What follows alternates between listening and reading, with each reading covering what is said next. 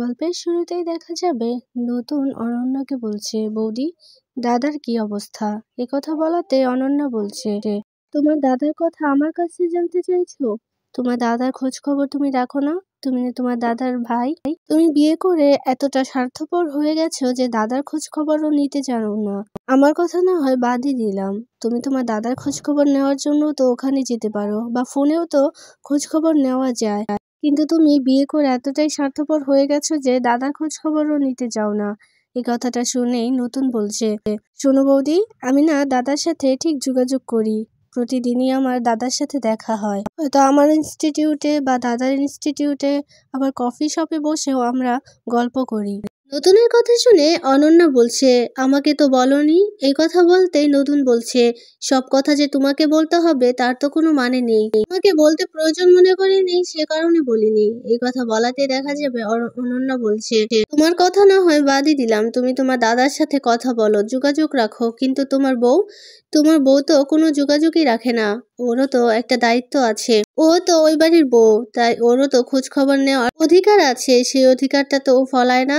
শুধু ওর ঝামেলা, ওর ছেলে মেয়ে, ওর ছেলের বউ, এগুলো নিয়েই ও পড়ে থাকে, ছেলের বউকে নিয়েই ব্যস্ত থাকে। এই কথা বলাতে কমলিনী বলছে, শুনো অনন্যাদি, আমি না অনেকবার যেতে চেয়েছিলাম, আমি ওকে অনেকবার বলেছি তোমাদের ওখানে নিয়ে যেতে, কিন্তু ওই সময় বের করতে পারেনি, তাই আর যাওয়াও হয়নি। এই কথা বলাতেই দেখা যাবে অনন্যা বলছে, কেন তুমি একা যেতে পারলে না? কমলিনী বলছে, শোনো অনন্যাদি, আমার মনে হয় না তুমি আমাকে খুব একটা পছন্দ করো, তাই আমি ওখানে একা গেলে তুমি যে খুব একটা পছন্দ করবে না সেটা আমার খুব ভালো করেই জানা আছে।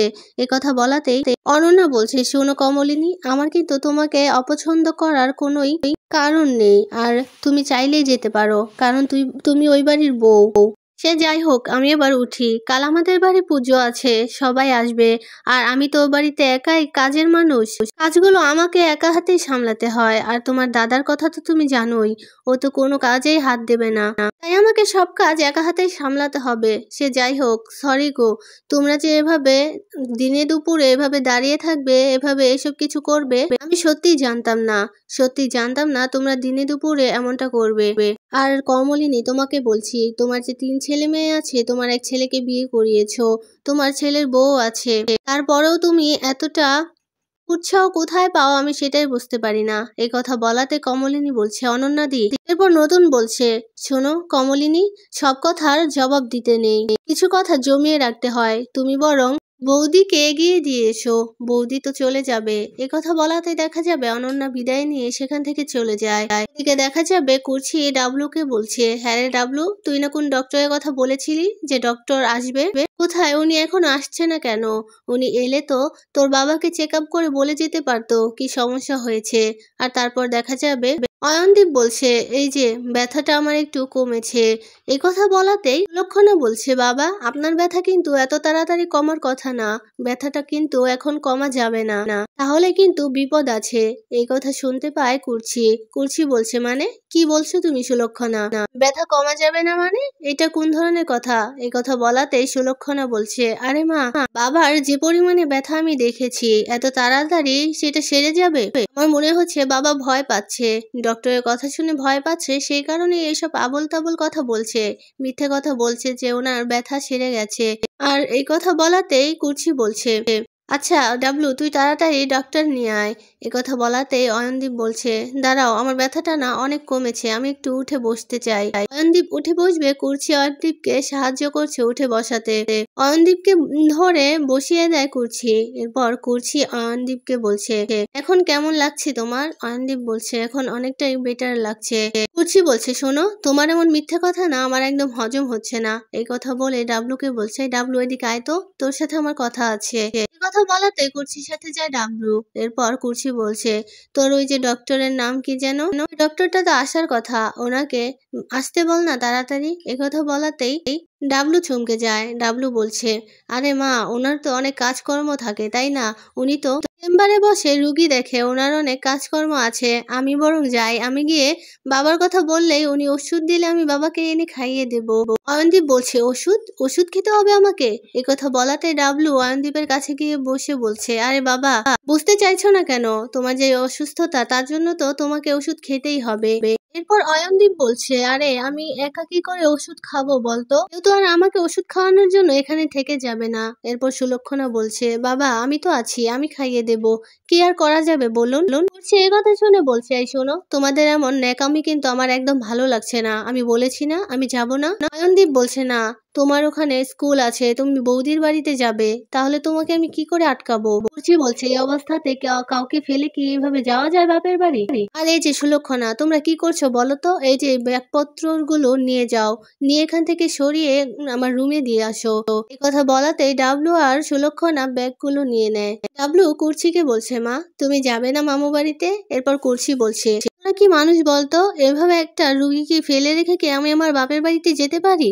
সুলক্ষণা বলছে, মা তার মানে আপনি সত্যিই যাবেন না। কুর্চি বলছে, না আমি সত্যিই যাব না। এরপর অয়নদীপ বলছে, যাক আমার ব্যথাটা অনেক কমেছে, আর এই যে তোমরা এখন যে যার কাজে যাও। এই কথা বলাতে সুলক্ষণা আর ডাবলু সেখান থেকে চলে যায়। আর অয়নদীপ কুর্চির কোলে ঘুমিয়ে পড়ে, বলছে আমি একটু ঘুমিয়ে নিই। এই কথা বলতেই কুর্চি অয়নদীপের এমন কাজকর্ম দেখে হাসতে থাকে। ওইদিকে দেখা যাবে মিটি রাস্তা দিয়ে হেঁটে যাচ্ছে, আর তারপরে কৃষাণু তার গাড়ি নিয়ে মিটির পিছু এসে মিটিকে ডাকতে থাকে। এরপর মিটি বলছে, কি আপনি। এরপর কৃষাণু মিটিকে বলছে, ম্যাডাম চলে আসুন, আমি নামিয়ে দিচ্ছি। এ কথা বলাতেই মিটি বলছে, মানে আপনি কোত্থেকে এলেন আর আমাকে কোথায় বা নামিয়ে দিবেন, আমার না আপনার হেল্পের কোনো প্রয়োজন নেই। এরপর কৃষাণু বলছে, শুনুন এত দেমাগ ভালো নয়, আমি বলছি আপনি যেখানে যাবেন আমি আপনাকে নামিয়ে দেব। মিটি বলছে, আপনি জানেন আমি কোথায় যাব। এরপর কৃষাণু নিজের গাড়ি থেকে নেমে এসে মিটির কাছে এসে বলছে, না জানি না, তবে আপনি যদি বলেন তাহলে আমি আপনাকে ওখানেই নামিয়ে দেব। মিটি বলছে, আমি যেখানে যাব আপনি যে সেখানে আমাকে নামিয়ে দিয়ে আসতে পারবেন সেটাও তো বলা যায় না, তাই না। আমি যেখানে যাব সেখানে আপনি গেলে হয়তো আনইজি ফিলও করতে পারেন। এই কথা শুনে কৃষাণু বলছে, মানে তুমি কোথায় যাবে, তুমি এমন কোথায় যাবে যেখানে গেলে আমার আনইজি ফিল হবে। এরপর দেখা যাবে মিটি বলছে, আমি আমার বয়ফ্রেন্ডের সাথে দেখা করতে যাব। এই কথা শুনে কৃষাণু হেসে বলছে, সেই পার্ট তো আগেই চুকিয়েছো। মিটি এই কথা শুনে বলছে, সেই পার্ট আগে চুকিয়েছি মানে কি বলতে চাইছেন কি আপনি। এই কথা বলাতে কৃষাণু বলছে, আমি কিন্তু সবটা শুনেছি, তোমার একটা বয়ফ্রেন্ড ছিল, তার নাম প্লুটো, সে যে এখন নেই সেটাও আমি খুব ভালো করে জানি, আর তারপর তুমি কোনো সম্পর্কে যে জড়াওনি আমি সেটাও খুব ভালো করে জানি। এ কথা বলাতেই মিটি রেগে যায়, রেগে গিয়ে বলছে, শুনুন আপনি না আপনার সীমাটা ভুলে যাবেন না প্লিজ। আপনি আমাকে এভাবে আমার পার্সোনাল বিষয় নিয়ে এভাবে কথা শোনাতে পারেন না, আমার পার্সোনাল ইস্যু নিয়ে আমাকে এভাবে আঘাত করতে পারেন না। এই কথা বলাতে কৃষাণু বলছে, তুমি রেগে গেলে, আমি কিন্তু বাইরের লোকের কাছে এসব কিছু জিজ্ঞেস করিনি, আমি যা শুনেছি আমি কিন্তু তোমার নতুন কাকুর কাছে সবটা শুনেছি, আমি তো আমার বাড়ির লোক থেকে সবটা শুনেছি। এই কথা শোনাতে মিটি বলছে, আপনি কতটুকু জানেন আর কতটুকুই বা চেনেন আমাকে, আমার পার্সোনাল বিষয় নিয়ে যে কথা বলছেন, একদম আমার পার্সোনাল বিষয় নিয়ে কথা বলবেন না। এই কথা বলেই মিটি চলে যাবে। এরপর কৃষাণু মিটিকে বলছে, যে ম্যাডাম এত রাগ করার মতো কিছু হয়নি, চলুন আমার গাড়িতে উঠুন, আমি আপনাকে নামিয়ে দিচ্ছি, আর আপনি কোথায় যাবেন সেটা কিন্তু আমি খুব ভালো করেই জানি। মিটি বলছে, জানো মানে কোথায় যাব আমি। এই কথা বলাতে কৃষাণু বলছে, তোমার ইন্টারভিউ আছে, আর তোমার মা তো চায় না যে তুমি বিদেশে যাও, আর তোমার মা বলেছে তুমি যদি বিদেশে যাও তাহলে তুমি বিয়ের পরে বিদেশে যেতে পারবে, কিন্তু তার আগে তোমাকে এখানেই থাকতে হবে, সেই কারণেই তুমি একটা চাকরি খুঁজছো, আর যদি তোমার লেট হয়ে যায় তাহলে কিন্তু তুমি চাকরিটা পাবে না, আর যদি দেরি হয়ে যায় তাহলে কিন্তু তোমার চাকরি পেতেও লেট হয়ে যাবে, সে কারণেই বলছি তুমি গাড়িতে ওঠো, অলরেডি 11:30 বাজে, তোমার 12টায় ইন্টারভিউ আছে, সময় মতো না পৌঁছতে পারলে ডিসকোয়ালিফাই হয়ে যাবে, সেটা আমি চাই না। এরপর মিটি বলছে, তুমি এত কথা কোত্থেকে শুনলে, তুমি এত কথা কিভাবে জানলে।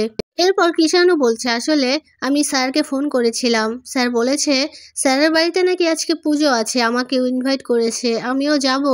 তারপর আমি সবার কথা জিজ্ঞেস করাতে স্যার বলল যে তোমার নাকি আজকে ইন্টারভিউ আছে, তাই আমি বললাম যে আমারও কাজ শেষ, তাহলে আমি তোমাকে নিয়ে ইন্টারভিউ দিতে চাই, তারপর তোমার ইন্টারভিউ শেষ হয়ে গেলে তোমাকে নিয়ে বাড়ি ফিরবো। তারপর স্যার বলল তাহলে তো ভালোই হয়, আমি একটু নিশ্চিন্ত হলাম, জানো তো তোমাকে না স্যার আমার কাছে দিয়ে নিশ্চিন্ত হয়। কথা শুনে মিটি বলছে, মানে কি বলতে চাইছো তুমি। এরপর কৃষাণু বলছে, মানে তোমার এই যে ইন্টারভিউর দায়িত্বটা আমার কাছে দিয়ে স্যার একটু নিশ্চিন্ত হয়েছে, আর সব থেকে বড় কথা হচ্ছে তুমি তো ইন্টারভিউ দিতে যাচ্ছ, তো সেখানে তো তোমার বয়ফ্রেন্ডের কাছে ইন্টারভিউ দিতে যাচ্ছ, যদি তুমি ডিসকোয়ালিফাই হয়ে যাও তখন। এরপর মিটি বলছে মানে এরপর কৃষাণু বলছে তুমি তো একটু আগে বললে তোমার বয়ফ্রেন্ডের সাথে তুমি দেখা করতে যাচ্ছ। শোনো মিটি, আমি কিন্তু সবটাই জানি, তাই আমার সাথে এভাবে মিথ্যে কথা বলবে না। তোমার বিষয়ে কিন্তু আমি সব খোঁজ খবরই রাখি। চলো এবার গাড়িতে ওঠো। মিটি এগিয়ে গিয়ে বলছে তুমি সত্যি একটা জাতা। এ কথা বলে গাড়িতে গিয়ে ওঠে মিটি। গাড়ির দরজাটা অনেক জোরে লাগাতে এরপর কৃষাণু ঝুঁকে গিয়ে মিটির কাছে বলছে, এ কি, তুমি না আমার গাড়ির দরজাটা একেবারে ভেঙেই ফেলবে, এত জোরে কেউ গাড়ির দরজাটা লাগায়? শোনো, আমি একেবারে গরিব একটা ডাক্তার, গাড়ির দরজার কাঁচগুলো ভেঙে গেলে আমি কি করে এগুলো সারাবো বলো তো? আর শোনো, স্যার কিন্তু আমার উপর এই দায়িত্বটা দিয়ে খুব ভালো কাজ করেছে, হতেও তো পারে ভবিষ্যতে আরো বড় কোনো দায়িত্ব দেবে। একথা শুনে মিটি বলছে, দায়িত্ব মানে? এরপর কৃষাণু বলছে, এখন তো তোমাকে পৌঁছে দেওয়ার দায়িত্বটা দিয়েছে, এরপর বড় দায়িত্বটা দেবে। মিটি বলছে, বড় দায়িত্ব আবার কি? কৃষাণু বলছে, এত বড় হয়ে গেছে এখনো বড় দায়িত্বটা বুঝতে পারোনি? আরে বিয়ের কথা বলছি, মানে সারা জীবনের দায়িত্ব নেওয়ার কথা। আমার মনে হচ্ছে স্যার আমাকে সেটাও দিয়ে দেবে। একথা শুনে মিটি বলছে, ও তাই নাকি? তোমার স্যার শুধু তোমার কথাই শুনবে, আমার কথা শুনবে না? তোমাকে এত বড় দায়িত্ব দিয়ে দেবে? আচ্ছা ঠিক আছে, আমার তো নতুন কাকুর সাথে দেখা হবে আজকে, আমি না হয় জেনে নেব।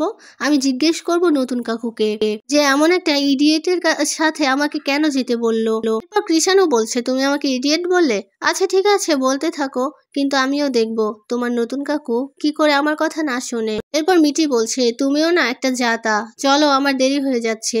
এই কথা বলতেই কৃষাণু গাড়িতে উঠে গাড়িটা স্টার্ট করে সেখান থেকে বেরিয়ে যায়। ওইদিকে দেখা যাবে পুজো শুরু হয়ে গেছে। এরপর অনন্যা বলছে, দই চিড়েগুলো মাখাতে হবে। এরপর কমলিনী বলছে, অনন্যাদি ওগুলো না হয় আমিই মাখিয়ে আনছি। এই কথা বলাতেই আশেপাশে পাড়ার কাকিমারা বলছে, না তুমি মাখাবে না, তুমি ওগুলো মাখালে কিন্তু সেগুলো আমরা মুখেও তুলবো না।